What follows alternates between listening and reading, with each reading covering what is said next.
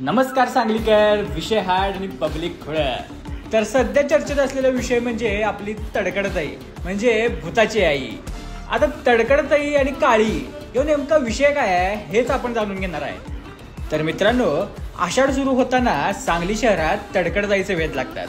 आष्टा येथे भावई जोगण्या सुरू असतात. तर सांगली शहरात सूप घेऊन तडकडताई अवतरते. अमावस्येला तडकडताईचे लग्न लागते. पुढे आषाढात 15 दिवस तडकडताई भूताची आई या नावाच्या शहरात आरोळ्या सुरू होतात. मुले काळी साडी परिधान केलेल्या तडकडताईच्या पाठीमागे ओरडत फिरतात. तर लहान मुले काळ्या मुखवट्याला घाबरतात. काळी आली, भूताची आई तडकडताई असे चिडवत दिवसभर खेळ सुरू असतो. खरं तर याला 300 वर्षांची परंपरा असल्याचे मानले जाते. कुंभारखिंडीतील कुंभार समाजाकडे हा मान आहे. भीतीदायक दिसणारी तडकडताई मुखवट्यामागे पुरुष असतो. घरी घरी फिरून धान्य गोळा करणे हाच उद्देश असतो. बलुतेदारातील हा एक प्रकार आहे. शहरात फिरताना लहान मुले चिडवत असतील तर मात्र तडकडताई सुपाने मारते. सुपाने मार खाल्ला तर इडापिडा टळते अशी श्रद्धा आहे.